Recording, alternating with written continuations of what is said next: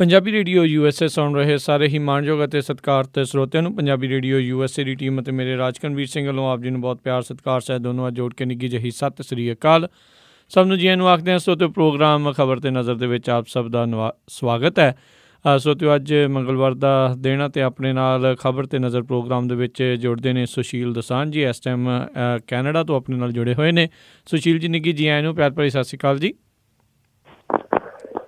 ਬਹੁਤ ਬਹੁਤ ਮਿਹਰਬਾਨੀ ਰਾਜਕਰਨਵੀਰ ਸਿੰਘ ਜੀ, ਤੇ ਸ਼ੁਕਰੀਆ। ਮੈਂ ਵੈਸੇ ਕੈਨੇਡਾ ਤੋਂ ਨਹੀਂ, ਇਸ ਵਕਤ ਅਮਰੀਕਾ ਦੀ ਧਰਤੀ ਤੋਂ ਤੁਹਾਨੂੰ ਮੁਖਾਤਬ ਹੋ ਰਿਹਾ, ਪੈਨਸਿਲਵੇਨੀਆ ਤੋਂ ਜੀ। 4 ਦਿਨ ਵਾਸਤੇ ਫਿਰ ਮੈਨੂੰ ਅਮਰੀਕਾ ਆਉਣਾ ਪਿਆ ਜ਼ਰੂਰੀ ਕੰਮ ਕਰਕੇ। ਤੇ ਖਬਰ ਤੇ ਨਜ਼ਰ ਪ੍ਰੋਗਰਾਮ ਦੇ ਵਿੱਚ ਅਸੀਂ ਚਰਚਾ ਕਰਾਂਗੇ ਖਾਸ ਤੌਰ ਦੇ ਉੱਤੇ ਪੰਜਾਬ ਦੀ ਕਰੰਟ ਪੋਲੀਟਿਕਸ ਤੇ ਆਪਾਂ ਚਰਚਾ ਕਰਿਆ ਕਰਦੇ ਹਾਂ, ਤੇ ਨਾਲ ਨਾਲ ਆਰਥਿਕ, ਰਾਜਨੀਤਿਕ ਤੇ ਸਮਾਜਿਕ ਵਰਤਾਰਿਆਂ ਬਾਰੇ ਵੀ ਟਿੱਪਣੀਆਂ ਰਹਿੰਦੀਆਂ ਨੇ ਸਾਡੀਆਂ ਖਬਰ ਤੇ ਨਜ਼ਰ ਪ੍ਰੋਗਰਾਮ ਦੇ ਵਿੱਚ। ਅੱਜ ਵੀ ਕੋਸ਼ਿਸ਼ ਕਰਾਂਗੇ ਕਿ ਆਪਣੀ ਸਮਝ ਦੇ ਮੁਤਾਬਕ ਪੰਜਾਬ ਦੀ ਧਰਤੀ ਦੇ ਉੱਤੇ ਜਿਸ ਕਿਸਮ ਦੀ ਸਿਆਸਤ ਚੱਲ ਰਹੀ ਹੈ ਉਹਦੇ ਤੇ ਆਪਣੀਆਂ ਟਿੱਪਣੀਆਂ ਕਰ ਸਕੀਏ। ਗੱਲਬਾਤ ਦਾ ਸਿਲਸਿਲਾ ਸ਼ੁਰੂ ਕਰਨਗੇ ਰਾਜਕਰਨਵੀਰ ਜੀ। ਪ੍ਰੋਗਰਾਮ ਸ਼ੁਰੂ ਕਰਨ ਤੋਂ ਪਹਿਲਾਂ ਸਾਡੇ ਅੱਜ ਦੇ ਸਪਾਂਸਰਸ ਉਹਨਾਂ ਦਾ ਧੰਨਵਾਦ ਕਰਨਾ ਚਾਹੁੰਦੇ ਹਾਂ, ਜਿਨ੍ਹਾਂ ਨੇ ਤੁਹਾਡੇ ਤੱਕ ਇਸ ਪ੍ਰੋਗਰਾਮ ਨੂੰ ਪਹੁੰਚਾਉਣ 'ਚ ਸਾਡਾ ਸਹਿਯੋਗ ਦਿੱਤਾ। ਖਾਲਸਾ ਇੰਸ਼ੋਰੈਂਸ ਏਜੰਸੀ ਵਾਲੇ, ਜਿਨ੍ਹਾਂ ਦੇ ਕੋਲੋਂ ਤੁਸੀਂ ਹਰ ਇੱਕ ਤਰੀਕੇ ਦੀ ਇੰਸ਼ੋਰੈਂਸ ਕਰਵਾ ਸਕਦੇ ਹੋ। ਇੰਸ਼ੋਰੈਂਸ ਬਾਰੇ ਪਤਾ ਕਰਨ ਲਈ ਕਾਲ ਕਰੋ। ਇਹਨਾਂ ਦਾ ਨੰਬਰ 408-272-2500। ਇਸ ਦੇ ਨਾਲ ਗੁਰਦੀਪ ਸਿੰਘ ਵਿਰਦੀ ਕਲੋਵਿਸ ਤੋਂ, ਇਸ਼ਾਨਜੀਤ ਸਿੰਘ ਕਲੋਟੀ ਯੂਬਾ ਸਿਟੀ ਤੋਂ, ਸਤਨਾਮ ਸਿੰਘ ਗਿੱਲ ਸੈਲਮਾ ਤੋਂ, ਮਨਦੀਪ ਸਿੰਘ ਸਰਬਜੀਤ ਕੌਰ ਸੈਨ ਹੋਜ਼ੇ ਤੋਂ, ਜੱਸੀ ਗਿੱਲ ਪਲੰਬਿੰਗ ਵਾਲੇ ਬੇਕਰਸਫੀਲਡ ਤੋਂ, ਲਾਲੀ ਸਿੱਧੂ ਜੀ ਬੇਕਰਸਫੀਲਡ ਤੋਂ, ਹਰਵਿੰਦਰ ਸਿੰਘ ਸਮਰਾ ਯੂਬਾ ਸਿਟੀ ਤੋਂ, ਹਰਬੰਸ ਸਿੰਘ ਉੱਪਲ ਯੂਬਾ ਸਿਟੀ ਤੋਂ, ਕਸ਼ਮੀਰ ਸਿੰਘ ਸੈਕਰਾਮੈਂਟੋ ਤੋਂ, ਪ੍ਰੀਤਮ ਸਿੰਘ ਤਲਵਿੰਦਰ ਸਿੰਘ ਗਿੱਲ ਬੇਕਰਸਫੀਲਡ ਤੋਂ, ਅਤੇ ਸਾਊਥ ਵੈਸਟ ਫਾਰਮੇਸੀ ਵਾਲੇ ਬੇਕਰਸਫੀਲਡ ਤੋਂ, ਜਿਨ੍ਹਾਂ ਦੇ ਕੋਲੋਂ ਤੁਸੀਂ ਹਰ ਇੱਕ ਤਰੀਕੇ ਦੀਆਂ ਪ੍ਰਸਕ੍ਰਿਪਸ਼ਨਸ, ਦਵਾਈਆਂ, ਸਾਰਾ ਕੁਛ ਤੁਸੀਂ ਲੈ ਸਕਦੇ ਹੋ। ਅਤੇ ਆਓ ਹੁਣ ਆਪਾਂ ਅੱਜ ਦੇ ਪ੍ਰੋਗਰਾਮ ਦੀ ਸ਼ੁਰੂਆਤ ਕਰਦੇ ਹਾਂ। ਸਭ ਤੋਂ ਪਹਿਲੇ ਸਵਾਲ ਵੱਲ ਵੱਧਦੇ ਹਾਂ। ਬਜਟ ਇਜਲਾਸ ਜਿਹੜਾ ਪੰਜਾਬ ਦਾ ਆ ਅੱਜ ਤੋਂ ਸ਼ੁਰੂ ਹੋਣ ਜਾ ਰਿਹਾ ਆ, ਕੀ ਉਮੀਦਾਂ ਨੇ, ਕੀ ਹੋਵੇਗਾ ਇਸ ਬਜਟ ਇਜਲਾਸ ਦੇ ਵਿੱਚ, ਕਿੱਦਾਂ ਦੇ ਬਜਟ ਹੋਣ ਦੀ ਉਮੀਦ ਆ? ਰਾਜਕਰਨਵੀਰ ਸਿੰਘ ਜੀ ਤੇ ਸਾਡੇ ਜਿੰਨੇ ਵੀ ਸਰੋਤੇ ਸਾਨੂੰ ਸੁਣ ਰਹੇ ਨੇ, 10 ਸਾਲਾਂ ਬਾਅਦ ਪੰਜਾਬ ਦੇ ਵਿੱਚ ਕਾਂਗਰਸ ਪਾਰਟੀ ਦੀ ਹੁਕੂਮਤ ਆਈ ਹੈ, ਤੇ ਲਗਭਗ 11 ਸਾਲਾਂ ਬਾਅਦ ਤੁਸੀਂ ਕਹਿ ਸਕਦੇ ਹੋ ਕਿ ਕਾਂਗਰਸ ਪਾਰਟੀ ਦੀ ਸਰਕਾਰ ਦੇ ਚੱਲਦਿਆਂ ਪਹਿਲਾ ਬਜਟ ਪੰਜਾਬ ਦੇ ਲੋਕਾਂ ਵਾਸਤੇ ਪੰਜਾਬ ਵਿਧਾਨ ਸਭਾ ਦੇ ਵਿੱਚ ਰੱਖਿਆ ਜਾਣਾ ਮਨਪ੍ਰੀਤ ਸਿੰਘ ਬਾਦਲ ਵੱਲੋਂ ਜੀ।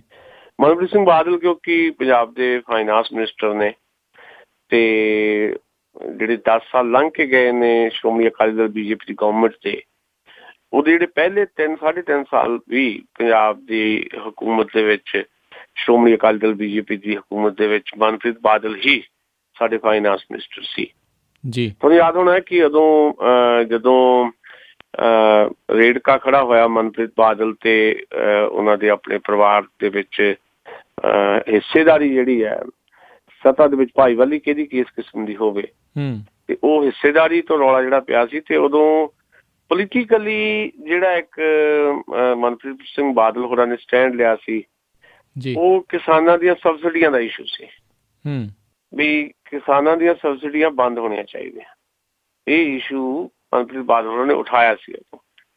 ਅੱਜ ਜਦੋਂ ਫਿਰ ਉਹ ਪੰਜਾਬ ਦੇ ਵਿੱਤ ਮੰਤਰੀ ਹੈ ਤੇ ਪਾਰਟੀ ਬਦਲੀ ਹੋਈ ਹੈ, ਕਾਂਗਰਸ ਪਾਰਟੀ ਦੀ ਸਰਕਾਰ ਚੋਂ ਵਿੱਤ ਮੰਤਰੀ ਨੇ, ਫਿਰ ਕੀ ਤਵੱਕੋ ਕੀਤੀ ਜਾ ਸਕਦੀ ਹੈ ਕਿ ਅੱਜ ਤੋਂ 7.5 ਸਾਲ ਪਹਿਲਾਂ ਜਿਹੜਾ ਇੱਕ ਐਟੀਚਿਊਡ ਮਨਪ੍ਰੀਤ ਸਿੰਘ ਬਾਦਲ ਦਾ ਸੀ ਕਿਸਾਨਾਂ ਦੀਆਂ ਸਬਸਿਡੀਆਂ ਤੇ, ਕੀ ਉਹੀ ਐਟੀਚਿਊਡ ਬਰਕਰਾਰ ਰਹੇਗਾ ਉਹਨਾਂ ਦਾ, ਜਾਂ ਉਹ ਬਦਲੇ ਨਜ਼ਰ ਆਉਣਗੇ ਇਸ ਬਜਟ ਸੈਸ਼ਨ ਦੇ ਵਿੱਚ ਬਜਟ ਦੀ ਤਕਰੀਰ ਕਰਦਿਆਂ ਹੋਇਆ?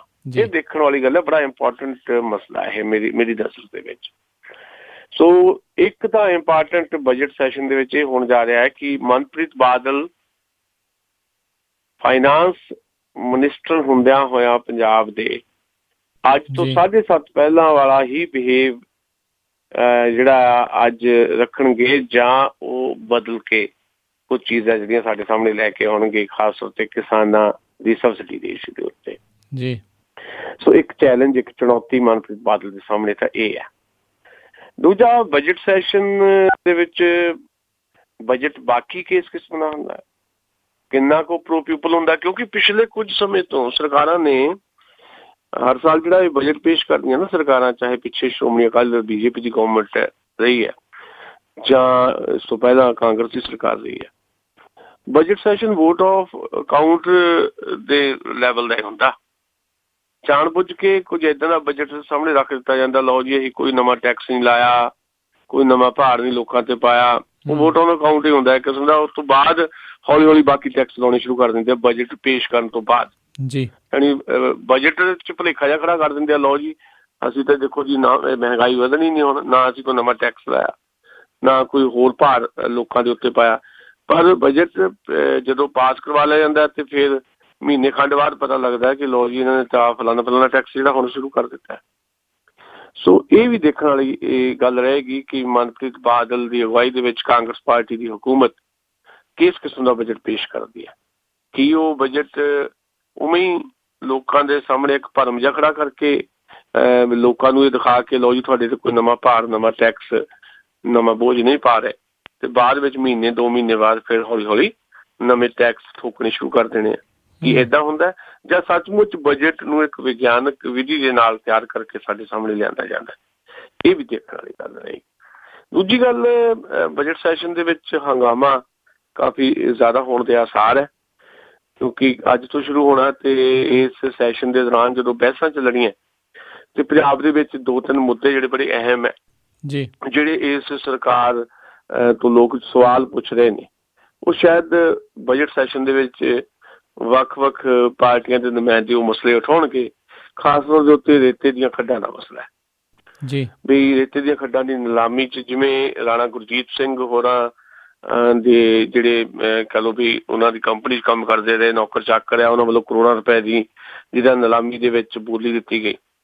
ਫਿਰ ਇਸ ਤੋਂ ਬਿਨਾਂ ਕਿਸਾਨਾਂ ਦੀਆਂ ਖੁਦਕੁਸ਼ੀਆਂ ਦਾ ਮਾਮਲਾ ਹੈ, ਕਿਸਾਨਾਂ ਦੇ ਕਰਜ਼ਿਆਂ ਦਾ ਮਸਲਾ ਹੈ, ਤੇ ਮਹਿੰਗਾਈ ਦਾ ਇਸ਼ੂ ਵੀ ਹੈ, ਤੇ ਖਾਸ ਤੌਰ ਦੇ ਉੱਤੇ ਡਰੱਗ ਦਾ ਇਸ਼ੂ ਜਿਹੜਾ ਆ, ਜਿਹਦੇ ਕਰਕੇ ਸਹੁੰ ਚੁੱਕੀ ਸੀ ਗੁਟਕਾ ਸਾਹਿਬ ਦੀ ਹੱਥਾਂ 'ਚ ਲੈ ਕੇ, ਗੁਟਕਾ ਸਾਹਿਬ ਨੂੰ ਤੇ ਮੱਥੇ ਨਾਲ ਛੁਆ ਕੇ ਕੈਪਟਨ ਅਮਰਿੰਦਰ ਸਿੰਘ ਨੇ ਚੋਣਾਂ ਦੇ ਦੌਰਾਨ ਸਹੁੰ ਚੁੱਕੀ ਸੀ ਵੀ ਮੈਂ 4 ਹਫ਼ਤਿਆਂ ਦੇ ਵਿੱਚ ਜਿਹੜਾ ਡਰੱਗ ਖਤਮ ਕਰ ਦੂੰਗਾ ਪੰਜਾਬ ਤੋਂ। ਇਹ ਪ੍ਰਮੁੱਖ ਮੁੱਦੇ ਹੈ ਜਿਨ੍ਹਾਂ ਮੁੱਦਿਆਂ ਦੇ ਉੱਤੇ ਪੰਜਾਬ ਵਿਧਾਨ ਸਭਾ ਦੇ ਵਿੱਚ ਬਜਟ ਸੈਸ਼ਨ ਦੇ ਦੌਰਾਨ ਕਾਫੀ ਹੰਗਾਮਾ ਹੋਣ ਦੇ ਆਸਾਰ ਜੀ। ਜੀ ਜੀ ਤੇ ਨਾਲ ਹੀ ਆਪਾਂ ਸੁਸ਼ੀਲ ਜੀ ਜੇ ਗੱਲ ਕਰੀਏ ਵੀ ਵਿਰੋਧੀ ਧਿਰ ਦੀ ਇਹੋ ਜਿਹੇ ਇਜਲਾਸਾਂ ਦੇ ਵਿੱਚ, ਸੈਸ਼ਨ ਦੇ ਵਿੱਚ ਕਿੱਦਾਂ ਦੀ ਭੂਮਿਕਾ ਹੋਣੀ ਚਾਹੀਦੀ ਆ, ਤੇ ਕੀ ਉਮੀਦ ਆ ਵੀ ਜਿਹੜੀ ਇਸ ਟਾਈਮ ਵਿਰੋਧੀ ਧਿਰ ਆ ਉਹਨਾਂ ਦੀ ਭੂਮਿਕਾ ਕਿੱਦਾਂ ਦੀ ਰਹੇਗੀ? ਅੱਜ ਜਦੋਂ ਬਜਟ ਸੈਸ਼ਨ ਸ਼ੁਰੂ ਹੋ ਰਿਹਾ ਤੇ ਕੱਲ ਤੱਕ ਜਿਹੜੇ ਹਕੂਮਤ ਵਿੱਚ ਸੀ ਉਹ ਅੱਜ ਵਿਰੋਧੀ ਧਿਰ ਦਾ ਜਿਹੜਾ ਦਰਜਾ ਉਹ ਵੀ ਗਵਾ ਚੁੱਕੇ ਆ ਜੀ। ਕੱਲ ਤੱਕ ਜਿਹੜੇ ਵਿਰੋਧੀ ਧਿਰ ਦੇ ਵਿੱਚ ਸੀ ਉਹ ਅੱਜ ਹਕੂਮਤ 'ਚ ਆ ਚੁੱਕੇ ਆ, ਸਥਿਤੀਆਂ ਬਦਲ ਗਈਆਂ। ਸ਼੍ਰੋਮਣੀ ਅਕਾਲੀ ਦਲ ਵਿਰੋਧੀ ਧਿਰ ਦਾ ਰੁਤਬਾ ਵੀ ਸ਼੍ਰੋਮਣੀ ਅਕਾਲੀ ਦਲ ਨੂੰ ਨਹੀਂ ਮਿਲਿਆ। ਸੋ ਸ਼੍ਰੋਮਣੀ ਅਕਾਲੀ ਦਲ ਆਪਣੀ ਰਾਜਨੀਤੀ ਕਰੇਗਾ ਵਿਰੋਧੀ ਧਿਰ 'ਚ ਬੈਠ ਕੇ, ਪਰ ਵਿਰੋਧੀ ਧਿਰ ਦੇ ਰੁਤਬੇ ਤੋਂ ਬਿਨਾਂ ਸ਼੍ਰੋਮਣੀ ਅਕਾਲੀ ਦਲ ਦੇ ਵਿਧਾਇਕ ਕਿਵੇਂ ਆਪਣੀ ਗੱਲ ਰੱਖਦੇ ਹੈ, ਕਿਸ ਰੂਪ 'ਚ ਰੱਖਦੇ, ਕਿੰਨੀ ਜ਼ੋਰ ਦੇ ਕੇ ਆਪਣੀ ਗੱਲ ਰੱਖ ਪਾਉਂਦੇ ਹੈ, ਤੇ ਕਿੰਨਾ ਕੁ ਬਜਟ ਸੈਸ਼ਨ ਦੇ ਵਿੱਚ ਸੰਵਾਦ ਜਾਂ ਡਾਇਲੋਗ ਦੀ ਸਪੇਸ ਰਹੇਗੀ, ਹਕੂਮਤ ਵੱਲੋਂ ਕਿਸ ਕਿਸਮ ਦਾ ਮਾਹੌਲ ਸਿਰਜਿਆ ਜਾਂਦਾ ਹੈ, ਇਹ ਤਾਂ ਅੱਜ ਤੋਂ ਹੀ ਪਤਾ ਲੱਗਣਾ ਸ਼ੁਰੂ ਹੋ ਜਾਏਗਾ। ਦੂਜੀ ਗੱਲ, ਜਿਹੜੇ ਵਿਰੋਧੀ ਧਿਰ ਜਿਹੜੀ ਕਹਿ ਲਓ ਵੀ ਰੁਤਬਾ ਮਿਲਿਆ ਜਿਹਨਾਂ ਨੂੰ ਵਿਰੋਧੀ ਧਿਰ ਦਾ ਹੋਇਆ, ਆਮ ਆਦਮੀ ਪਾਰਟੀ ਜੀ। ਆਮ ਆਦਮੀ ਪਾਰਟੀ ਨੇ 20 ਸੀਟਾਂ ਜਿੱਤੀਆਂ, 2 ਸੀਟਾਂ ਉਹਨਾਂ ਦੇ ਸਹਿਯੋਗੀਆਂ ਨੇ ਜਿੱਤੀਆਂ, ਬੈਂਸ ਭਰਾਵਾਂ ਨੇ 22 ਸੀਟਾਂ ਦੇ ਨਾਲ ਵਿਰੋਧੀ ਧਿਰ ਦੀ ਇੱਕ ਜ਼ਬਰਦਸਤ ਪਰਫਾਰਮੈਂਸ ਦੇਣ ਦੀ ਤਿਆਰੀ ਆਮ ਆਦਮੀ ਪਾਰਟੀ ਜ਼ਰੂਰ ਕਰ ਰਹੀ ਹੈ ਜੀ। ਹੁਣ ਮਸਲਾ ਇਹ ਹੈ ਕਿ ਜਿਹੜਾ ਤੁਹਾਡਾ ਸਵਾਲ ਹੈ ਬੜਾ ਇੰਪੋਰਟੈਂਟ ਹੈ ਕਿ ਵਿਰੋਧੀ ਧਿਰ ਦੀ ਭੂਮਿਕਾ ਕੀ ਰਹਿਣੀ ਚਾਹੀਦੀ ਹੈ ਜੀ। ਨੰਬਰ 1 ਤਾਂ ਮੈਂ ਸਮਝਦਾ ਵੀ ਆਮ ਆਦਮੀ ਪਾਰਟੀ ਵੀ ਤੇ ਸ਼੍ਰੋਮਣੀ ਅਕਾਲੀ ਦਲ ਵੀ, ਇਹਨਾਂ ਨੂੰ ਘੱਟੋ ਘੱਟ ਪੰਜਾਬ ਦੇ ਮੁੱਦਿਆਂ ਦੇ ਉੱਤੇ ਇੱਕ ਆਮ ਸਹਿਮਤੀ ਬਣਾਉਣੀ ਚਾਹੀਦੀ ਹੈ। ਕੁਝ ਮੁੱਦਿਆਂ ਦੇ ਉੱਤੇ ਗੱਲ ਇਸ ਢੰਗ ਨਾਲ ਪੇਸ਼ ਹੋਣੀ ਚਾਹੀਦੀ ਹੈ ਕਿ ਜਿੰਨੇ ਵੀ ਵਿਰੋਧੀ ਧਿਰ ਦੇ ਵਿੱਚ ਵਿਧਾਇਕ ਨੇ, ਕਾਂਗਰਸ ਪਾਰਟੀ ਦੀ ਹਕੂਮਤ ਹੈ, ਬਾਕੀ ਜਿੰਨੇ ਵਿਰੋਧੀ ਧਿਰ ਦੇ ਵਿਧਾਇਕ ਹੈ, ਉਹ ਕੁਝ ਮੁੱਦਿਆਂ ਦੇ ਉੱਤੇ ਇੱਕ ਰਾਏ ਰੱਖਦੇ ਨੇ ਜਦੋਂ ਮੁੱਦਿਆਂ ਤੇ ਜ਼ੋਰ ਦੇਣਾ ਚਾਹੀਦਾ, ਖਾਸ ਤੌਰ ਤੇ ਕਿਸਾਨਾਂ ਦੀਆਂ ਖੁਦਕੁਸ਼ੀਆਂ ਤੇ ਕਿਸਾਨਾਂ ਦੇ ਕਰਜ਼ਿਆਂ ਦੇ ਮਸਲੇ ਤੇ ਨਾਲ ਦੀ ਨਾਲ ਡਰੱਗ ਦੇ ਇਸ਼ੂ ਦੇ ਉੱਤੇ। ਪਰ ਮਸਲਾ ਹੈ ਕਿ ਸ਼੍ਰੋਮਣੀ ਅਕਾਲੀ ਦਲ ਕਿਹੜੇ ਮੂੰਹ ਦੇ ਨਾਲ ਪੰਜਾਬ ਦੇ ਕਿਸਾਨਾਂ ਦੇ ਖੇਤੀ ਕਰਜ਼ਿਆਂ ਦੀ ਗੱਲ ਕਰੇਗਾ, ਜਾਂ ਪੰਜਾਬ ਦੇ ਵਿੱਚ ਜਿਹੜਾ ਡਰੱਗ ਆ ਉਹਦੀ ਗੱਲ ਕਰੇਗਾ। ਇਸ ਕਰਕੇ ਮੈਨੂੰ ਲੱਗਦਾ ਨਹੀਂ ਹੈ ਵੀ ਕੋਈ ਇੱਕ ਰਾਏ ਜਾਂ ਕੋਈ ਸਾਂਝਾ ਪਲੇਟਫਾਰਮ ਬਣੇਗਾ ਆਮ ਆਦਮੀ ਪਾਰਟੀ ਤੇ ਸ਼੍ਰੋਮਣੀ ਅਕਾਲੀ ਦਲ ਦੇ ਵਿਚਾਲੇ। ਹਾਂ, ਇਹ ਜ਼ਰੂਰ ਹੈ ਕਿ ਆਮ ਆਦਮੀ ਪਾਰਟੀ ਜਿਹੜੀ ਹੈ ਉਹਦੇ ਕੋਲ ਇੱਕ ਮੌਕਾ ਹੈ। ਆਮ ਆਦਮੀ ਪਾਰਟੀ ਬਾਰੇ ਮੇਰੀ ਬੜੀ ਸਪਸ਼ਟ ਜਿਹੀ ਰਾਏ ਹੈ। ਮੈਂ ਅੱਗੇ ਵੀ ਕਈ ਵਾਰੀ ਕਿਹਾ, ਹੁਣ ਫਿਰ ਮੈਂ ਦੁਹਰਾ ਦਿੰਦਾ ਵੀ ਮੈਂ ਸਮਝਦਾ ਕਿ ਆਮ ਆਦਮੀ ਪਾਰਟੀ ਨੇ ਜਿਹੜੀਆਂ 20 ਸੀਟਾਂ ਹਾਸਲ ਕੀਤੀਆਂ ਪੰਜਾਬ ਦੇ ਵਿੱਚ, ਵਿਰੋਧੀ ਧਿਰ ਦਾ ਰੁਤਬਾ ਹਾਸਲ ਕੀਤਾ 20 ਸੀਟਾਂ ਹਾਸਲ ਕਰਕੇ, ਉਹ ਕੋਈ ਛੋਟੀ ਪ੍ਰਾਪਤੀ ਨਹੀਂ ਹੈ, ਬਹੁਤ ਵੱਡੀ ਹਾਸਲੀਅਤ ਮੰਨਦਾ ਮੈਂ ਇਹਨੂੰ ਜੀ। ਬਹੁਤ ਲੰਮੇ ਸਮੇਂ ਬਾਅਦ ਪੰਜਾਬ ਦੇ ਵਿੱਚ ਇੱਕ ਤੀਜੀ ਧਿਰ ਨੇ ਦਸਤਕ ਦਿੱਤੀ ਆ 20 ਸੀਟਾਂ ਦੇ ਨਾਲ ਜਾਂ 22 ਸੀਟਾਂ ਦੇ ਨਾਲ, ਦੋ ਉਹਨਾਂ ਦੇ ਸਹਿਯੋਗੀਆਂ ਦੀਆਂ। ਬਹੁਤ ਦੇਰ ਪਹਿਲਾਂ 9 ਸੀਟਾਂ ਬਹੁਜਨ ਸਮਾਜ ਪਾਰਟੀ ਦੀਆਂ ਆਈਆਂ ਸੀ, ਉਹ ਖਿੰਡ ਗਈ ਆ। ਹੁਣ ਬਹੁਜਨ ਸਮਾਜ ਪਾਰਟੀ ਕੋਲ ਕੋਈ ਸੀਟ ਨਹੀਂ ਹੈ, ਬਾਕੀ ਜਿਹੜੀਆਂ ਕਮਿਊਨਿਸਟ ਪਾਰਟੀਆਂ ਉਹਨਾਂ ਕੋਲ ਕੋਈ ਸੀਟ ਨਹੀਂ ਹੈ। ਹੁਣ ਤਿੰਨੇ ਪਾਰਟੀਆਂ ਪੰਜਾਬ ਦੇ ਵਿੱਚ ਜਿਹਨਾਂ ਕੋਲ ਸੀਟ ਹੈ ਤੇ ਉਹਦੇ ਵਿੱਚੋਂ ਆਮ ਆਦਮੀ ਪਾਰਟੀ ਸਭ ਤੋਂ ਜ਼ਿਆਦਾ ਮਹੱਤਵਪੂਰਨ ਭੂਮਿਕਾ ਦੇ ਵਿੱਚ ਨਜ਼ਰ ਆ ਰਹੀ ਹੈ। ਸੋ ਜਿਹੜਾ ਮੌਕਾ ਆ ਜਿਹੜਾ ਆਮ ਆਦਮੀ ਪਾਰਟੀ ਨੂੰ ਮਿਲਿਆ ਕਿ ਵਿਰੋਧੀ ਧਿਰ ਦਾ ਰੁਤਬਾ ਹਾਸਲ ਕਰਕੇ, ਇਸ ਮੌਕੇ ਨੂੰ ਖੁਜਾਉਣਾ ਨਹੀਂ ਚਾਹੀਦਾ ਆਮ ਆਦਮੀ ਪਾਰਟੀ ਨੂੰ। ਜੇ ਆਮ ਆਦਮੀ ਪਾਰਟੀ ਨੇ ਜਿਹੜੇ ਸੁਪਨੇ ਲੋਕਾਂ ਨੂੰ ਦਿੱਤੇ ਸੀ, ਪੰਜਾਬੀਆਂ ਨੂੰ ਦਿੱਤੇ ਸੀ ਜਿਹੜੇ ਸੁਪਨੇ, ਉਹਨਾਂ ਸੁਪਨਿਆਂ ਨੂੰ ਹਕੀਕਤ ਵਿੱਚ ਬਦਲਣਾ ਹੈ ਅਗਲੀਆਂ ਜਿਹੜੀਆਂ ਲੋਕ ਸਭਾ ਚੋਣਾਂ ਉਦੋਂ ਤੱਕ, ਤਾਂ ਲਾਜ਼ਮੀ ਤੌਰ ਤੇ ਪਹਿਲਾ ਹੀ ਸੈਸ਼ਨ ਹੈ ਉਹਨਾਂ ਦਾ ਬਜਟ ਸੈਸ਼ਨ। ਇਸ ਬਜਟ ਸੈਸ਼ਨ ਦੇ ਵਿੱਚ ਇੱਕ ਜ਼ਿੰਮੇਵਾਰ ਵਿਰੋਧੀ ਧਿਰ ਦੀ ਭੂਮਿਕਾ ਦੇ ਵਿੱਚ ਪੰਜਾਬ ਦੇ ਮੁੱਦਿਆਂ ਦੇ ਉੱਤੇ ਇੱਕ ਸੰਵਾਦ, ਇੱਕ ਡਾਇਲੋਗ ਬਜਟ ਸੈਸ਼ਨ ਦੇ ਦੌਰਾਨ ਆਮ ਆਦਮੀ ਪਾਰਟੀ ਰੱਖੇ। ਉਹ ਐਸਾ ਜ਼ਿੰਮੇਵਾਰੀ ਵਾਲਾ ਜਿਹੜਾ ਇੱਕ ਰੁਤਬਾ ਜਿਹੜਾ ਆ ਉਹਨੂੰ ਨਿਭਾਉਂਦਿਆਂ ਹੋਇਆਂ ਘੱਟੋ ਘੱਟ ਵਿਧਾਨ ਸਭਾ ਦੇ ਵਿੱਚ ਪਤਾ ਲੱਗੇ ਵੀ ਤੱਥਾਂ ਦੇ ਆਧਾਰ ਦੇ ਉੱਤੇ ਜਾਂ ਫੈਕਚੁਅਲ ਜਿਹੜੀਆਂ ਗੱਲਾਂ ਕਰਕੇ ਆਮ ਆਦਮੀ ਪਾਰਟੀ ਦੇ ਵਿਧਾਇਕਾਂ ਨੇ ਪੰਜਾਬ ਦੀ ਜਿਹੜੀ ਕੈਪਟਨ ਅਮਰਿੰਦਰ ਦੀ ਸਰਕਾਰ ਹੈ ਉਹਨੂੰ ਘੇਰਿਆ। ਕਿਉਂਕਿ 3 ਮਹੀਨੇ ਹੋ ਗਏ ਆ, 1 ਮਹੀਨੇ ਦਾ ਵਕਵਾ ਲਿਆ ਸੀ ਕੈਪਟਨ ਅਮਰਿੰਦਰ ਸਿੰਘ ਨੇ ਤੇ ਜਵਾਬਦੇਹੀ ਕੋਈ ਹੈ ਨਹੀਂ। 3 ਮਹੀਨੇ ਹੋ ਗਏ ਸਰਕਾਰ ਨੂੰ। ਤੋ ਇਸ ਵੇਲੇ ਆਮ ਆਦਮੀ ਪਾਰਟੀ ਦੇ ਕੋਲ ਬਹੁਤ ਬਿਹਤਰੀਨ ਮੌਕਾ ਹੈ ਕਿ ਆਮ ਆਦਮੀ ਪਾਰਟੀ ਇੱਕ ਜ਼ਿੰਮੇਵਾਰ ਵਿਰੋਧੀ ਧਿਰ ਦੀ ਭੂਮਿਕਾ ਦੇ ਵਿੱਚ ਪ੍ਰੈਕਟੀਕਲੀ ਨਜ਼ਰ ਆਵੇ ਵਿਧਾਨ ਸਭਾ ਦੇ ਵਿੱਚ। ਸੋ ਮੈਨੂੰ ਲੱਗਦਾ ਹੈ ਇਹ ਉਮੀਦ ਜੇ ਆਮ ਆਦਮੀ ਪਾਰਟੀ ਪੂਰੀ ਕਰੇਗੀ ਤੇ ਫਿਰ ਬਾਅਦ ਵਿੱਚ ਬਜਟ ਸੈਸ਼ਨ ਤੋਂ ਬਾਅਦ ਲੋਕਾਂ ਦੀ ਬਾਂਹ ਬਣਨ ਦੀ ਰਾਜਨੀਤੀ ਪੰਜਾਬ ਦੀਆਂ ਸੜਕਾਂ ਦੇ ਉੱਤੇ ਵੀ ਕਰੇਗੀ ਜੇ ਆਮ ਆਦਮੀ ਪਾਰਟੀ, ਤਾਂ ਕੋਈ ਕਾਰਨ ਨਹੀਂ ਹੈ ਕਿ ਸ਼੍ਰੋਮਣੀ ਅਕਾਲੀ ਦਲ ਤੇ ਕਾਂਗਰਸ ਪਾਰਟੀ ਦੇ ਮੁਕਾਬਲੇ ਇੱਕ ਸਾਫ਼ ਸੁਥਰੀ ਧਿਰ ਦੇ ਤੌਰ ਤੇ ਆਮ ਆਦਮੀ ਪਾਰਟੀ ਆਉਂਦੀਆਂ ਲੋਕ ਸਭਾ ਚੋਣਾਂ 'ਚ ਉੱਭਰ ਸਕਦੀ ਹੈ। ਜੀ ਬਿਲਕੁਲ, ਇਹ ਤਾਂ ਆਉਣ ਵਾਲਾ ਵੈਸੇ ਸਮਾਂ ਹੀ ਦੱਸੂਗਾ ਵੀ ਕਿੱਦਾਂ ਦੀ ਕਾਰਜਕਾਰੀ ਉੱਦਾਂ ਰਹੇਗੀ। ਅਗਲੀ ਆਪਾਂ ਸੁਸ਼ੀਲ ਜੀ ਗੱਲ ਕਰੀਏ ਵੀ ਕਿਸਾਨਾਂ ਦੇ ਕਰਜ਼ੇ ਦੇ ਉੱਤੇ ਲੀਕ ਮਾਰਨ ਦੀ ਜਾਂ ਮਾਫ ਕਰਨ ਦੀ ਗੱਲ ਤੋਂ ਇੱਕ ਹਿਸਾਬ ਦੇ ਨਾਲ ਮਨਾ ਕਰ ਗਏ ਨੇ ਅਰੁਣ ਜੇਤਲੀ। ਉੱਧਰ ਸੁਖਬੀਰ ਬਾਦਲ ਨੇ ਇਹ ਬਿਆਨ ਦਿੱਤਾ ਹੈ ਵੀ ਮਨਪ੍ਰੀਤ ਬਾਦਲ ਕਰਕੇ ਹੀ ਕਿਸਾਨਾਂ ਦੇ ਸਿਰ ਇੰਨਾ ਕਰਜ਼ਾ ਹੈ। ਦੇਖੋ, ਪਹਿਲੀ ਗੱਲ ਤਾਂ ਇਹ ਹੈ ਕਿ ਅਰੁਣ ਜੇਤਲੀ ਭਾਰਤ ਦੇ ਅਜਿਹੇ ਵਿੱਤ ਮੰਤਰੀ ਨੇ, ਫਾਈਨਾਂਸ ਮਿਨਿਸਟਰ ਨੇ ਸਾਡੇ ਜਿਹੜੇ ਜਿੱਤ ਕੇ ਨਹੀਂ ਆਏ। ਅੰਮ੍ਰਿਤਸਰ ਦੇ ਲੋਕਾਂ ਨੇ ਉਹਨਾਂ ਨੂੰ ਰੱਦ ਕਰ ਦਿੱਤਾ ਸੀ, ਤੁਹਾਨੂੰ ਯਾਦ ਹੈ। 1.25 ਲੱਖ ਵੋਟਾਂ ਨਾਲ ਹਰਾਇਆ ਅੰਮ੍ਰਿਤਸਰ ਦੇ ਲੋਕਾਂ ਨੇ ਅਰੁਣ ਜੇਤਲੀ ਨੂੰ। ਤੇ ਹਿੰਦੁਸਤਾਨ ਦੇ ਵਿੱਚ ਹੋ ਸਕਦਾ ਹੈ ਕਿ ਹਾਰੇ ਹੋਏ ਬੰਦੇ ਸਾਡੇ ਮੁਲਕ ਦੇ ਵਿੱਚ ਸਭ ਤੋਂ ਜ਼ਿਆਦਾ ਮਹੱਤਵਪੂਰਨ ਅਹੁਦਿਆਂ ਤੇ ਜਾ ਕੇ ਬੈਠ ਜਾਂਦੇ ਆ। ਡਾਕਟਰ ਮਨਮੋਹਨ ਸਿੰਘ ਕਦੀ ਵੀ ਦੇਸ਼ ਦੇ ਲੋਕਾਂ ਨੇ ਚੁਣ ਕੇ ਪਾਰਲੀਮੈਂਟ 'ਚ ਨਹੀਂ ਭੇਜਿਆ ਉਹਨਾਂ ਨੂੰ, ਡਾਕਟਰ ਮਨਮੋਹਨ ਸਿੰਘ ਨੂੰ। ਉਹ 10 ਸਾਲ ਸਾਡੇ ਪ੍ਰਧਾਨ ਮੰਤਰੀ ਰਹੇ ਆ। ਇਹ ਭਾਰਤ ਵਿੱਚ ਹੀ ਹੋ ਸਕਦਾ, ਭਾਰਤ ਵਿੱਚ ਹੀ ਹੋ ਸਕਦਾ ਹੈ ਕਿ ਲਾਲੂ ਯਾਦਵ ਜੇਲ੍ਹ ਚਲੇ ਜਾਂਦੇ ਹੈ ਤੇ ਆਪਣੀ ਬਿਲਕੁਲ ਹੀ ਸਿਆਸਤ ਤੋਂ ਕੋਰੀ ਪਤਨੀ ਜਿਹੜੀ ਹੈ, ਜਿਹਨੂੰ ਆਪਣੇ ਦਸਤਖਤ ਵੀ ਨਹੀਂ ਕਰਨੇ ਆਉਂਦੇ, ਰਾਬੜੀ ਦੇਵੀ, ਉਹਨੂੰ ਬਿਹਾਰ ਵਰਗੇ ਸੂਬੇ ਦਾ ਮੁੱਖ ਮੰਤਰੀ ਬਣਾ ਦਿੱਤਾ ਜਾਂਦਾ। ਭਾਰਤ ਵਰਗੇ ਮੁਲਕ ਦੇ ਵਿੱਚ, ਭਾਰਤ ਵਰਗੇ ਮੁਲਕ 'ਚ ਸਾਰੀਆਂ ਚੀਜ਼ਾਂ ਹੁੰਦੀਆਂ, ਇਹਨੂੰ ਕਹਿੰਦੇ ਇੰਡੀਆ। ਏਦਾਂ ਹੀ ਭਾਰਤ ਦੇ ਵਿੱਚ ਸਾਡੇ ਵਿੱਤ ਮੰਤਰੀ ਅਰੁਣ ਜੇਤਲੀ ਜਿੱਤ ਕੇ ਨਹੀਂ ਆਏ, ਲੋਕਾਂ ਦੇ ਚੁਣੇ ਹੋਏ ਨਹੀਂ ਹੈ। ਜਿਹਨੂੰ ਲੋਕਾਂ ਨੇ ਰੱਦ ਕਰ ਦਿੱਤਾ ਉਹ ਸਾਡੇ ਦੇਸ਼ ਦਾ ਵਿੱਤ ਮੰਤਰੀ ਬਣ ਗਿਆ। ਇਸ ਤੋਂ ਜ਼ਿਆਦਾ ਬਦਕਿਸਮਤੀ ਦੀ ਗੱਲ ਕੀ ਹੋ ਸਕਦੀ। ਹੁਣ ਉਹੀ ਵਿੱਤ ਮੰਤਰੀ ਆਪਣੀ ਅਕਲ ਜਿਹੜੀ ਹੈ ਉਹ ਸਾਡੇ ਤੇ ਠੋਸ ਰਹੇ ਹੈ, ਇਹ ਕਹਿ ਕੇ ਕਿ ਸੂਬਿਆਂ ਦਾ ਕੰਮ ਹੈ ਕਿਸਾਨਾਂ ਦੇ ਕਰਜ਼ੇ ਮੁਆਫ ਕਰਨਾ, ਅਸੀਂ ਇਹਦੇ 'ਚ ਕੁਝ ਨਹੀਂ ਕਰ ਸਕਦੇ। ਤੇ ਮਨਪ੍ਰੀਤ ਬਾਦਲ ਦਾ ਨਾਂ ਲੈ ਕੇ ਉਹਨਾਂ ਦੇ ਭਰਾ ਸੁਖਬੀਰ ਸਿੰਘ ਬਾਦਲ ਉਹ ਇਹ ਕਹਿੰਦੇ ਹੈ ਕਿ ਪੰਜਾਬ ਦੇ ਵਿੱਚ ਜੇ ਕਰਜ਼ੇ ਮਾਫ ਨਹੀਂ ਹੋ ਰਹੇ ਤੇ ਇਹਦੇ ਵਾਸਤੇ ਮਨਪ੍ਰੀਤ ਬਾਦਲ ਜ਼ਿੰਮੇਵਾਰ ਹੈ। ਦੇਖੋ ਕਿੱਡਾ ਲੋੜਾ ਆ ਗਿਆ। ਸਰਕਾਰ ਸੁਖਬੀਰ ਸਿੰਘ ਬਾਦਲ ਦੀ ਦਿੱਲੀ ਦੇ ਵਿੱਚ, ਦਿੱਲੀ 'ਚ ਸਰਕਾਰ ਸੁਖਬੀਰ ਸਿੰਘ ਬਾਦਲ ਦੀ ਇਸ ਵੇਲੇ 10 ਸਾਲ ਪਹਿਲਾਂ ਪੰਜਾਬ 'ਚ ਉਹਨਾਂ ਦੀ ਸਰਕਾਰ ਰਹੀ। 10 ਸਾਲਾਂ 'ਚ ਕਰਜ਼ਾ ਦੂਣ ਸਵਾਇਆ ਹੋ ਗਿਆ ਕਿਸਾਨਾਂ ਦਾ, ਕਿਸਾਨਾਂ ਦੀਆਂ ਖੁਦਕੁਸ਼ੀਆਂ ਵੱਧ ਗਈਆਂ। ਔਸਤਨ 3 ਕਿਸਾਨ ਪੰਜਾਬ 'ਚ ਖੁਦਕੁਸ਼ੀ ਕਰਨ ਲੱਗ ਪਏ। ਸਰਕਾਰ 10 ਸਾਲ ਸੁਖਬੀਰ ਬਾਦਲ ਦੀ। ਚਲੋ ਅੱਜ ਸੁਖਬੀਰ ਬਾਦਲ ਦੀ ਸਰਕਾਰ ਨਹੀਂ ਹੈ ਪੰਜਾਬ 'ਚ, ਪਰ ਦਿੱਲੀ 'ਚ ਜਿਹੜਾ ਵਿੱਤ ਮੰਤਰੀ ਅਰੁਣ ਜੇਤਲੀ, ਉਹ ਕੌਣ ਹੈ? ਉਹ ਕਿਹੜੀ ਸਰਕਾਰ 'ਚ ਹੈ? ਤੇ ਸੁਖਬੀਰ ਬਾਦਲ ਦਾ ਉਸ ਸਰਕਾਰ ਦਾ ਕੀ ਰਿਸ਼ਤਾ ਹੈ? ਸੁਖਬੀਰ ਸਿੰਘ ਬਾਦਲ ਦੀ ਪਤਨੀ ਅਰੁਣ ਜੇਤਲੀ ਦੇ ਨਾਲ ਹੀ ਵਜ਼ਾਰਤ ਵਿੱਚ ਹੈ, ਕੇਂਦਰੀ ਵਜ਼ਾਰਤ ਦੇ ਵਿੱਚ, ਤੇ ਕੇਂਦਰ ਦੀ ਸਰਕਾਰ ਦੇ ਵਿੱਚ ਸ਼੍ਰੋਮਣੀ ਅਕਾਲੀ ਦਲ ਬੜੀ ਸ਼ਾਨ ਨਾਲ ਸ਼ਾਮਲ ਹੈ। ਤੇ ਜੇ ਕਿਸਾਨਾਂ ਦੇ ਕਰਜ਼ੇ ਮਾਫ ਨਹੀਂ ਹੁੰਦੇ ਤੇ ਉਹਦੇ ਲਈ ਜ਼ਿੰਮੇਵਾਰ ਸੁਖਬੀਰ ਸਿੰਘ ਬਾਦਲ ਮਨਪ੍ਰੀਤ ਬਾਦਲ ਨੂੰ ਦੱਸ ਰਹੇ। ਇਸ ਤੋਂ ਜ਼ਿਆਦਾ ਹਾਸੋਹੀਣੀ ਗੱਲ ਨਹੀਂ ਹੋ ਸਕਦੀ।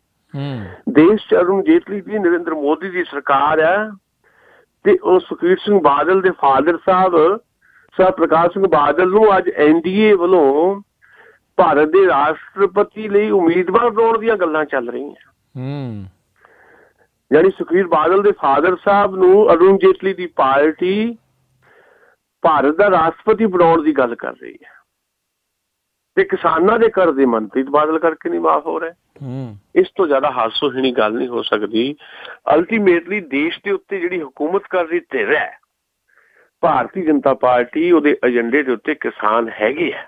ਇਹ ਨਹੀਂ ਕਿ ਕਿਸਾਨ ਹੈ ਨਹੀਂ, ਕਿਸਾਨ ਏਜੰਡੇ ਤੇ ਹੈ, ਪਰ ਉਹਦੇ ਏਜੰਡੇ ਤੇ ਕਿਸਾਨ ਇਸ ਰੂਪ ਦੇ ਵਿੱਚ ਹੈ ਕਿ ਕਿਸਾਨਾਂ ਨੂੰ ਖੇਤਾਂ ਚੋਂ ਬਾਹਰ ਕੱਢਣਾ, ਜਾਂ ਤਾਂ ਉਹ ਖੇਤਾਂ ਦੇ ਵਿੱਚ ਹੀ ਸਲਫਾਤ ਖਾ ਕੇ ਮਰ ਜਾਵੇ, ਜਾਂ ਫਿਰ ਜਿਹੜੀ ਐਗਰੀਕਲਚਰ ਜ਼ਮੀਨ ਉਹਨੂੰ ਛੱਡ ਕੇ ਭੱਜ ਜਾਏ ਕਿਤੇ, ਤਾਂ ਜੋ ਜਿਹੜੇ ਵੱਡੇ ਵੱਡੇ ਮਲਟੀਨੈਸ਼ਨਲ ਹੈ, ਦੇਸੀ ਤੇ ਬਹੁਤ ਕੌਮੀ ਕੰਪਨੀਆਂ ਵਾਲੇ, ਉਹਨਾਂ ਨੂੰ ਉਹ ਜ਼ਮੀਨਾਂ ਦੇ ਦਿੱਤੀਆਂ ਜਾਣ।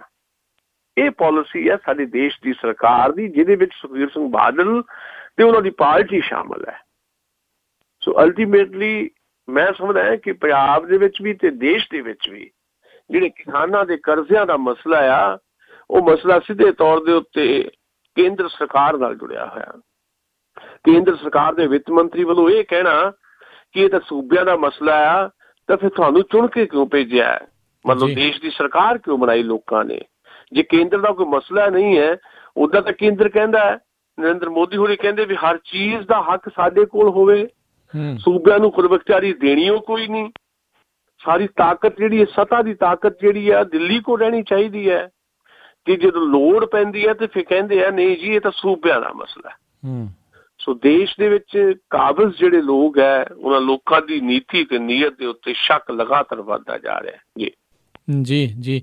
ਅਤੇ ਸੁਸ਼ੀਲ ਜੀ, ਜੇ ਆਪਾਂ ਇਸ ਦੇ ਉੱਤੇ ਥੋੜ੍ਹੀ ਅੱਗੇ ਗੱਲ ਕਰੀਏ ਕਿ ਕਿਸਾਨਾਂ ਦੇ ਕਰਜ਼ਿਆਂ ਨੂੰ ਇਸ ਵਾਰੀ ਮਾਫ ਕਰਨ ਦੇ ਨਾਲ ਹਾਲਾਤ ਸੁਧਰ ਜਾਣਗੇ? ਕੀ ਕਿਸਾਨ ਇਹ ਤਾਂ ਨਹੀਂ ਸੋਚਣ ਲੱਗ ਜਾਣਗੇ ਵੀ ਜੇ ਇਸ ਵਾਰ ਮਾਫੀ ਮਿਲ ਗਈ ਤਾਂ ਅੱਗੇ ਵੀ ਲਓ ਕਰਜ਼ੇ ਤੇ ਫਿਰ ਨਾ ਦਈਏ ਤੇ ਫਿਰ ਮਾਫੀ ਮਿਲੂਗੀ? ਬੜਾ ਮਹੱਤਵਪੂਰਨ ਸਵਾਲ ਹੈ ਰਾਜਕਰਨਵੀਰ ਸਿੰਘ ਜੀ। ਦੇਖੋ, ਮੈਂ ਇਹ ਸਮਝਦਾ ਕਿ ਦੇਸ਼ ਦੀ ਕਿਸਾਨੀ ਦੀ ਜਿਹੜੀ ਹਾਲਤ ਹੈ ਉਹ ਹੁਣ ਕਿਸੇ ਤੋਂ ਲੁਕੀ ਛਿਪੀ ਨਹੀਂ ਹੈ।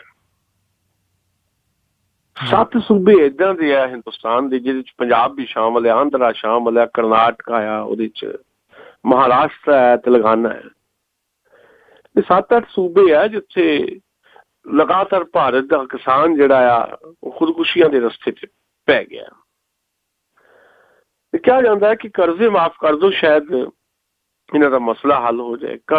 ਕਰਜ਼ੇ ਮਾਫ ਕਰਨਾ ਇੱਕ ਟੈਂਪਰੇਰੀ ਰਾਹਤ ਹੈ, ਤੇ ਜਿਹੜੇ ਕਰਜ਼ੇ ਮਾਫ ਕਰਨ ਦੀ ਵੀ ਗੱਲ ਕੀਤੀ ਜਾ ਰਹੀ ਹੈ ਉਹ ਕੋਈ ਕੁੱਲ ਕਰਜ਼ੇ ਮਾਫ ਨਹੀਂ ਕੀਤੇ ਜਾਣੇ। ਜੇ ਪੰਜਾਬ ਦੇ ਹਵਾਲੇ ਨਾਲ ਗੱਲ ਕਰਾਂ ਤੇ ਪੰਜਾਬ 'ਚ 36,000 ਕਰੋੜ ਰੁਪਈਆ ਜਿਹੜਾ ਕੋਆਪਰੇਟਿਵ ਬੈਂਕਾਂ ਦਾ ਹੈ ਨਾ ਜੀ, ਉਹ ਕੋਆਪਰੇਟਿਵ ਬੈਂਕਾਂ ਦਾ ਮਾਫ ਕਰਨ ਦੀ ਗੱਲ ਚੱਲ ਰਹੀ ਹੈ। ਬਾਕੀ ਜਿਹੜਾ 2 ਲੱਖ ਕਰੋੜ ਰੁਪਏ ਤੋਂ ਜ਼ਿਆਦਾ ਕਰਜ਼ਾ ਹੈ ਉਹਦੀ ਤਾਂ ਕੋਈ ਗੱਲ ਹੀ ਨਹੀਂ ਕਰਦਾ। ਮੈਂ ਕਹਿੰਦਾ ਉਹ ਕਰਜ਼ਾ ਵੀ ਮਾਫ ਕਰ ਦਿੱਤਾ ਗਿਆ, ਮੰਨ ਲਓ, ਉਹਦੇ ਬਾਵਜੂਦ ਕਿਸਾਨਾਂ ਦੀ ਹਾਲਤ ਸੁਧਰ ਜਾਏਗੀ? ਇਹਦੇ ਤੇ ਸ਼ੰਕਾ ਰਹੇਗੀ, ਹੋ ਹੀ ਨਹੀਂ ਸਕਦਾ। ਕਾਰਨ ਇਹ ਹੈ ਵੀ ਕੌਣ ਖੁਦਕੁਸ਼ੀ ਕਰ ਰਿਹਾ, ਅਸੀਂ ਉਹਦੀ ਪਛਾਣ ਕਰੀਏ ਕਿ ਕਿਹੜਾ ਕਿਸਾਨ ਹੈ ਜਿਹੜਾ ਸੁਸਾਈਡ ਕਰ ਰਿਹਾ ਕਰਜ਼ੇ ਤੋਂ ਦੁਖੀ ਹੋ ਕੇ। ਤਾਂ ਜਿਹੜੀ ਮੈਂ 7-8 ਸੂਬਿਆਂ ਦੀ ਗੱਲ ਕੀਤੀ ਹੈ, ਤਾਂ ਮੈਂ ਤੁਹਾਨੂੰ ਦੱਸਦਾ ਕਿ 42% ਕਿਸਾਨਾਂ ਦੀਆਂ ਖੁਦਕੁਸ਼ੀਆਂ ਵਧੀਆਂ 2014 ਤੋਂ ਬਾਅਦ 2015 'ਚ, ਜਿਹੜੇ ਨਵੇਂ ਅੰਕੜੇ ਆਏ ਆ। ਖੇਤ ਮਜ਼ਦੂਰ ਦੀ ਜਿਹੜੀ ਖੁਦਕੁਸ਼ੀ ਦੀ ਦਾ ਜਿਹੜਾ ਪਰਸੈਂਟੇਜ ਉਹ ਘਟਿਆ।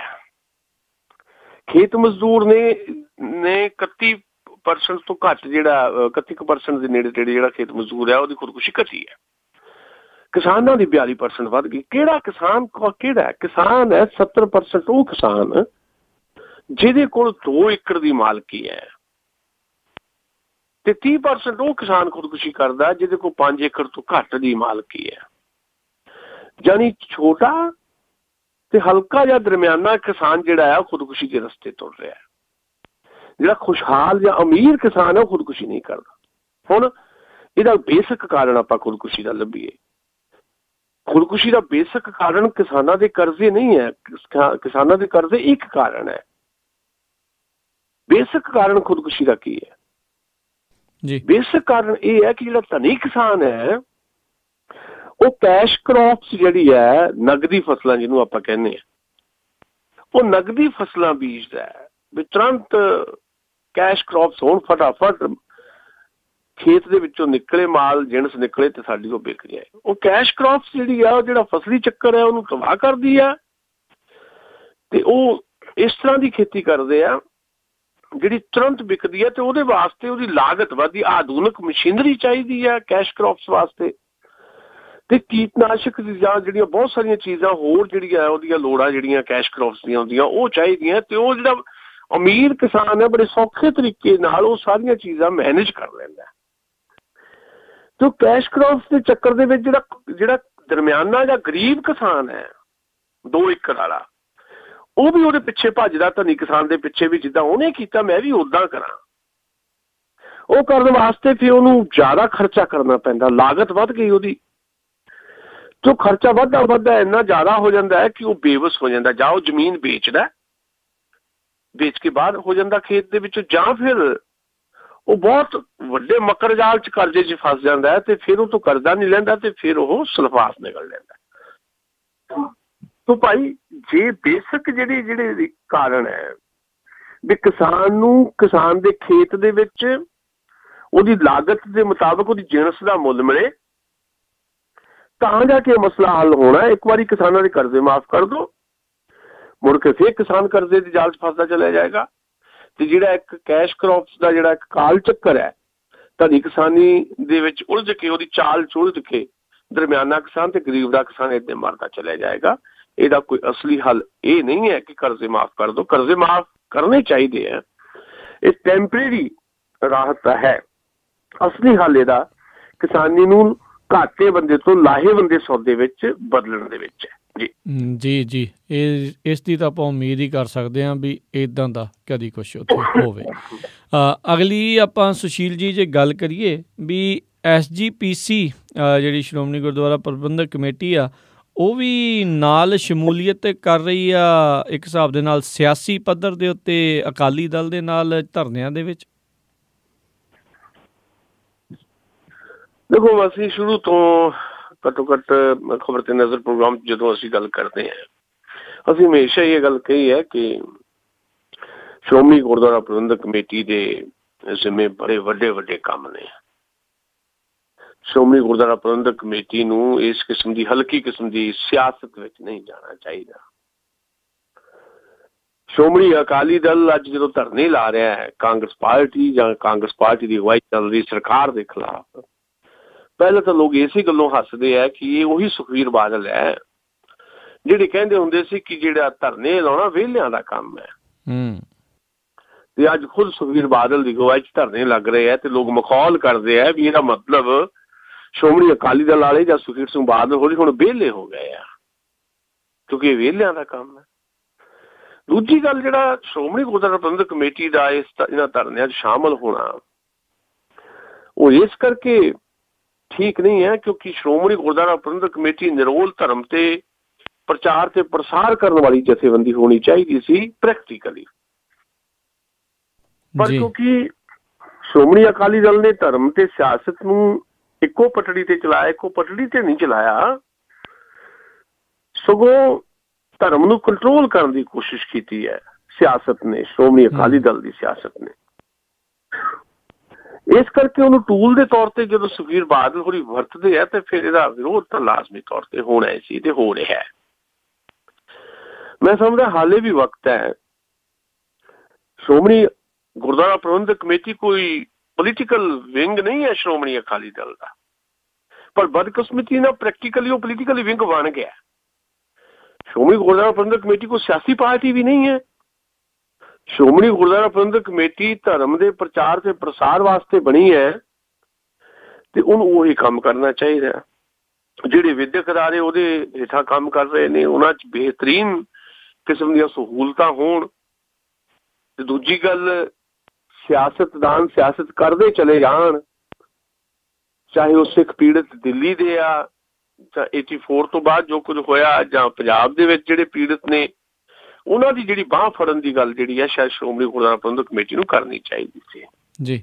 ਉਹ ਕਰਨ ਦੀ ਥਾਂ ਤੇ ਸਸਤੀ ਕਿਸਮ ਦੀ ਪੋਲਿਟਿਕਸ ਦੇ ਵਿੱਚ ਸ਼੍ਰੋਮਣੀ ਗੁਰਦੁਆਰਾ ਪ੍ਰਬੰਧਕ ਕਮੇਟੀ ਕਿਰਪਾਲ ਸਿੰਘ ਬਡੂੰਗਰ ਦੀ ਅਗਵਾਈ 'ਚ ਪੈ ਗਈ ਹੈ ਤੇ ਇਹਦੇ ਸਿੱਟੇ ਕੋਈ ਬਹੁਤ ਪੋਜ਼ੀਟਿਵ ਨਿਕਲਣ ਵਾਲੇ ਨਹੀਂ। ਇਹਦਾ ਨੁਕਸਾਨ ਹੀ ਹੋਏਗਾ ਤੇ ਇਹਦਾ ਨੁਕਸਾਨ ਕੇਵਲ ਤੇ ਕੇਵਲ ਸ਼੍ਰੋਮਣੀ ਅਕਾਲੀ ਦਲ ਨੂੰ ਨਹੀਂ ਹੋਣਾ। ਇਹਦਾ ਨੁਕਸਾਨ ਘੱਟੋ ਘੱਟ ਸ਼੍ਰੋਮਣੀ ਗੁਰਦੁਆਰਾ ਪ੍ਰਬੰਧਕ ਕਮੇਟੀ ਦੇ ਅਧੀਨ ਜਿਹੜੇ ਕਾਰਜ ਚੱਲ ਰਹੇ ਨੇ ਉਹਨਾਂ 'ਚ ਵੀ ਉਹ ਨੁਕਸਾਨ ਝੱਲਣਾ ਪੈ ਸਕਦਾ ਹੈ ਜੀ। ਹਾਲੇ ਵੀ ਵਕਤ ਹੈ।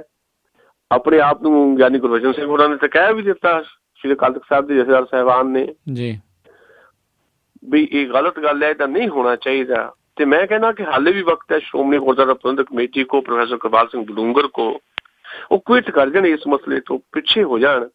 ਉਹ ਕਹਿਣ ਕਿ ਇਹ ਸਿਆਸਤ ਦਾ ਕੰਮ ਹੈ, ਸੁਖਬੀਰ ਸਿੰਘ ਬਾਦਲ ਦੀ ਅਗਵਾਈ ਸ਼੍ਰੋਮਣੀ ਅਕਾਲੀ ਦਲ ਇਹ ਕੰਮ ਕਰੇ। ਸ਼੍ਰੋਮਣੀ ਗੁਰਦੁਆਰਾ ਪ੍ਰਬੰਧਕ ਕਮੇਟੀ ਨੂੰ ਘੱਟੋ ਘੱਟ ਇਸ ਕਿਸਮ ਦੀ ਪੋਲਿਟਿਕਸ ਦੇ ਵਿੱਚ ਇਹਦਾ ਹਿੱਸਾ ਨਹੀਂ ਬਣਨਾ ਚਾਹੀਦਾ। ਜੀ ਜੀ ਜੀ ਬਿਲਕੁਲ। ਬਹੁਤ ਬਹੁਤ ਧੰਨਵਾਦ ਕਰਦੇ ਹਾਂ ਸੁਸ਼ੀਲ ਜੀ ਤੁਹਾਡਾ, ਤੁਸੀਂ ਸਾਡੇ ਨਾਲ ਜੁੜੇ, ਇਹਨਾਂ ਖਬਰਾਂ ਬਾਰੇ ਸਾਨੂੰ ਵਿਸਥਾਰ ਜਾਣਕਾਰੀਆਂ ਦਿੱਤੀਆਂ। ਅਗਲੀ ਵਾਰ ਤੱਕ ਲਈ ਤੁਹਾਡਾ ਬਹੁਤ ਬਹੁਤ ਧੰਨਵਾਦ, ਬੜੀ ਮਿਹਰਬਾਨੀ। ਸਤਿ ਸ਼੍ਰੀ ਅਕਾਲ। ਸ਼ੁਕਰੀਆ। ਅਤੇ ਸਰੋਤਿਓ, ਇੱਥੇ ਹੀ ਸਾਡਾ ਅੱਜ ਦਾ ਇਹ ਪ੍ਰੋਗਰਾਮ ਖਬਰ 'ਤੇ ਨਜ਼ਰ ਉਹ ਵੀ ਹੁਣ ਸਮਾਪਤ ਹੈ। ਹੁਣ ਮੈਨੂੰ ਰਾਜਕਨਵੀਰ ਸਿੰਘ ਨੂੰ ਵੀ ਇਜਾਜ਼ਤ ਦਿਓ। ਮੇਰੇ ਵੱਲੋਂ ਵੀ ਤੁਹਾਨੂੰ ਸਾਰਿਆਂ ਨੂੰ ਬਹੁਤ ਪਿਆਰ ਸਤਿਕਾਰ ਸਹਿਤ ਦੋਨੋਂ ਹੱਥ ਜੋੜ ਕੇ ਨਿੱਘੀ ਜਿਹੀ ਸਤਿ ਸ਼੍ਰੀ ਅਕਾਲ। ਜਿਉਂਦੇ ਵਾਸਤੇ ਰਹੋ, ਹੱਸਦੇ ਖੇਲਦੇ ਰਹੋ ਅਤੇ ਸੁਣਦੇ ਰਹੋ ਜੀ ਪੰਜਾਬੀ ਰੇਡੀਓ USA।